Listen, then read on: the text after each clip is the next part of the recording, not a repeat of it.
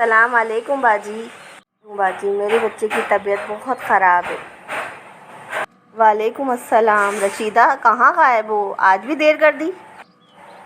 अरे तो क्या अभी तक उसका बुखार नहीं उतरा? बुखार तो नहीं उतरा, बल्कि अब कमज़ोरी भी बहुत बढ़ गई है। ओह, ये तो परेशानी की बात है। चलो ठीक है, ये आते हैं तो मैं इनसे बात करती हूँ, कुछ ना कुछ मसले का हल निकल आएगा इंशाअल्लाह। बाजी आपकी बहुत बहुत मेहरबानी। अरे याद आया, मुझे आपको एक बात बतानी थी। हाँ बोलो, क्या बात है? अपनी मासी रशीदा का बच्चा बहुत ज़्यादा बीमार है, उसकी तबीयत संभल ही नहीं रही। इस सिलसिले में आपको और हमें कुछ करना चाहिए। अच्छा, तो क्या उसका बुखार अभी तक नहीं उतरा? नहीं, बुखार भी नहीं उतरा और कमज़ोरी भी बहुत बढ़ गई है।